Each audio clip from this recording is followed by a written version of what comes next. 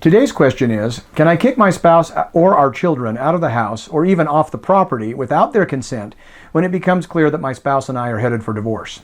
What about if my spouse is being abusive or making threats? What about if my spouse is a substance abuser and doing dangerous things? Well, believe it or not, there is a statute in the Utah Code that treats this very subject. Utah Code Section 30-2-10, entitled Homestead Rights, Custody of Children. And here's what it provides. Quote, "Neither the husband nor wife can remove the other or their children from the homestead without the consent of the other, unless the owner of the property shall in good faith provide another homestead suitable to the condition in life of the family. And if a husband or wife abandons his or her spouse, that spouse is entitled to custody of the minor children unless a court of competent jurisdiction shall otherwise direct." So what does this mean? Well, if you try to, when your husband gets up and goes to work in the morning, shut the door, change the locks, and lock him out so that he can't get back in when he comes home, you will be breaking the law, and, according to the Homestead Child Custody Act, you would have to then provide your husband with suitable housing, alternative housing, and he would automatically get custody of the children.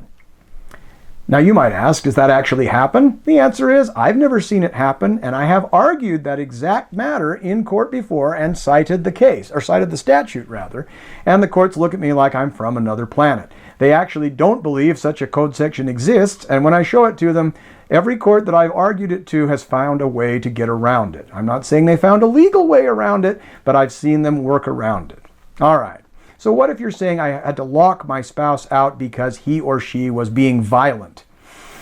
I'm not sure that anybody would call that excluding someone from the homestead. It was really just a matter of barricading yourself behind a door for safety. I think there might be a distinction that could be made there. Now, what if you just said, well, my spouse isn't doing anything abusive toward me or threatening abuse or attempting abuse, but is just doing crazy stuff, like taking drugs and passing out and leaving the burners on the stove, stuff like that. Again, I think you might be able to say, I locked my spouse out, not for the purpose of making my spouse homeless, but for the purpose of protecting myself and or my children from a person who's clearly dangerous and unfit to be around the kids. Again, you do need to be aware of this statute about the homestead and what your obligations would be.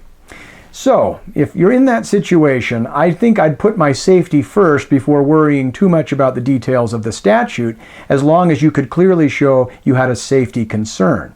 But if you think, well, our marriage is on the rocks and I want my spouse out of the house and I don't want my spouse getting back in, locking them out, changing the locks, and displacing them like that would put you in the wrong legally as a matter of the Utah Code.